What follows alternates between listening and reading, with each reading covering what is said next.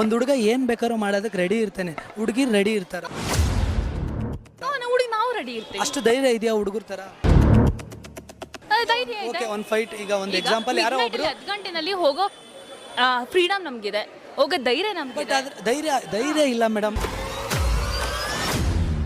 ಅಂದರೆ ಒಂದು ಕಾನ್ಫಿಡೆಂಟ್ ಇದೆ, ಏನು ಆಗಲ್ಲ ಅಂತ ಅಂದ್ಬಿಟ್ಟು, ಏನಕ್ಕೆ ಪೊಲೀಸ್ ಇದ್ದಾರೆ, ಏನೋ ಒಂದು ಸೇಫ್ಟಿ ಇದೆ ಅಂತ. ಬಟ್ ಹುಡುಗರಿಗೆ ಆ ಥರ ಅಲ್ಲ ಮೇಡಮ್.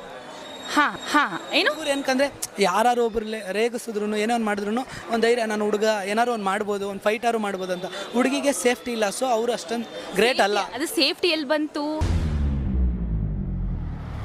ಸೇಫ್ಟಿ ಎಲ್ಲಿ ಬಂತು? ಬಾಯ್ಸ್ ಮೇಲೆ. ಸೊ ಬಾಯ್ಸು ಎಲ್ಲರೂ ಒಂದೇ ಥರ ಇರಲ್ಲ ಅಲ್ವಾ? ಸೇಫ್ಟಿ ನಿಮ್ಮಿಂದನೇ ತಾನೇ ನಮಗೆ ಸೇಫ್ಟಿ ಬರಬೇಕಾಗಿರೋದು.